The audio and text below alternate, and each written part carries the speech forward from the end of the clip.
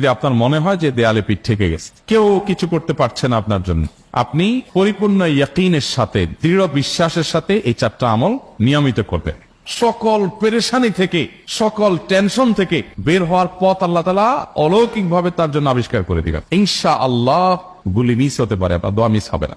নারী হোক, পুরুষ হোক, পারিবারিক হোক, আর্থিক হোক, বা নিরাপত্তা সংশ্লিষ্ট হোক, যে কোনো সমস্যা হোক, কখনো যদি আল্লাহ তাআলা এই আমলগুলো করার পরও আমার বিপদ দূর না করেন, তাহলে হয় আমার আমলের মধ্যে কোনো ত্রুটি ছিল, অথবা আমার এই বিপদ দূর না হওয়ার মধ্যে আমার জন্য কোনো কল্যাণ নিহিত ছিল। আল্লাহ তাআলা আমার দোয়া কবুল করে যে উপকার হতো, তার চেয়ে বেটার কিছু হয়তো আমাকে দিবেন, এই ইয়াকিন একজন ইমানদারের থাকবে। সেই 4টা আমলের 1 নম্বর হলো ইস্তিগফারের আমল। ইস্তিগফার। আপনি ফেসে গেছেন কোন জায়গা, কোনো উপায় পাচ্ছেন না, আপনি ইস্তিগফার করতে থাকেন। আস্তাগফিরুল্লাহ ওয়া আতুবু ইলাইহি, আস্তাগফিরুল্লাহ ওয়া আতুবু ইলাইহি, আস্তাগফিরুল্লাহ ওয়া আতুবু ইলাইহি, আস্তাগফিরুল্লাহ, আস্তাগফিরুল্লাহ, আস্তাগফিরুল্লাহাল্লাযী লা ইলাহা ইল্লা হুয়াল হাইয়ুল কাইয়্যুম ওয়া আতুবু ইলাইহি ওয়া লা হাওলা ওয়া লা কুওয়াতা ইল্লা বিল্লাহ। اللهم انت ربي لا اله الا انت خلقتني وانا عبدك وانا على عهدك ووعدك ما استطعت اعوذ بك من شر ما صنعت ابو لك بنعمتك علي وابو لك بذنبي فاغفر لي فانه لا يغفر الذنوب الا انت سيدুল ইস্তিগফার। এভাবে যে কোনো ইস্তিগফার করতে থাকেন, আপনি বেশি বেশি করে আল্লাহর কাছে ইস্তিগফার, ক্ষমা প্রার্থনা করতে থাকেন, খুব বেশি। আপনার 2 ঠোঁটে অনবরত আপনি চাইতে থাকেন আল্লাহর কাছে ক্ষমা। আঁকড়ে ধরবে, আঁকড়ে ধরা মানে কি? এটা ছাড়বে না, সেই পড়তেই থাকবে অনবরত। টয়লেটে যাওয়ার সময়টা, ঘুমের সময়টা, খাওয়ার সময়টা বাদে, অবসর নামাজের সময়টা বাদে সারাক্ষণ সে ইস্তিগফার করবে। এরকম যদি কেউ করে, আল্লাহ আর আমার পরীক্ষার 2 পয়সার দাম নাই। হাদিসে বলা আছে, গ্যারান্টি দেওয়া আছে, আমার পরীক্ষা করলি কি না করলি। তাহলে একটা আমল হলো কি?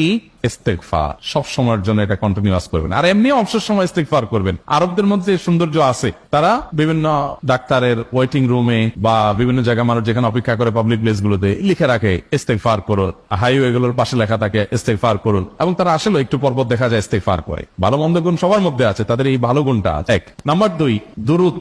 নবী করিম সাল্লাল্লাহু আলাইহি সাল্লামের প্রতি দুরূদ পাঠ করা, এটা যদি আপনি নিয়মিত করতে থাকেন মহব্বতের সাথে, আল্লাহুম্মা সাল্লি আলা মুহাম্মদ ওয়া আলা আলি মুহাম্মদ কামা সাল্লাইতা আলা ইব্রাহিম ওয়া আলা আলি ইব্রাহিম ইন্নাকা হামিদুম মাজিদ, আল্লাহুম্মা বারিক আলা মুহাম্মদ ওয়া আলা আলি মুহাম্মদ কামা বারাকতা আলা ইব্রাহিম ওয়া আলা আলি ইব্রাহিম ইন্নাকা হামিদুম মাজিদ। আপনি একবার ছোট দুরূদ যদি পড়েন, সাল্লাল্লাহু আলাইহি ওয়াসাল্লাম, সাল্লাল্লাহু আলাইহি ওয়াসাল্লাম, আল্লাহুম্মা সাল্লি আলা মুহাম্মদ ওয়া আলা আলি মুহাম্মদ, শুধু এইটুকু পড়েন। জাযাল্লাহু আন্না মুহাম্মাদাম মা হুয়া আহলু, শুধু এইটুকু পড়েন। আপনি এভাবে যে কোনো দুরূদ নবী করিম সাল্লাল্লাহু আলাইহি ওয়াসাল্লামের প্রতি যদি পড়েন এবং পড়তে থাকেন অনবরত, ইস্তিগফারের পাশাপাশি সবগুলো দূর করার জন্য যথেষ্ট হয়ে যাবে। এই দুরূদের আমলটা আমি দেখেছি সুবহানাল্লাহ গুলির মতো কাজ করে। গুলি মিস হতে পারে, আপনার দোয়া মিস হবে না।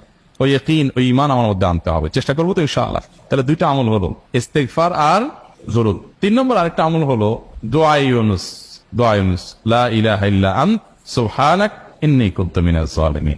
4 নম্বর আমল হলো ইয়া যাল জালালি ওয়াল ইকরাম। এটা বেশি বেশি করে পাঠ করবেন। নবী করিম সাল্লাল্লাহু আলাইহি ওয়াসাল্লাম বলেছেন, আলিজু বিয়া যাল জালালি ওয়াল ইকরাম। ইয়া যাল জালালি ওয়াল ইকরাম, এইটাকে তোমরা আঁকড়ে ধরে। আমরা আজকাল ঈমান থেকে অনেক দূরে সরে গেছি। আল্লাহ আমাদের সেই ইয়াকিন দান করুন।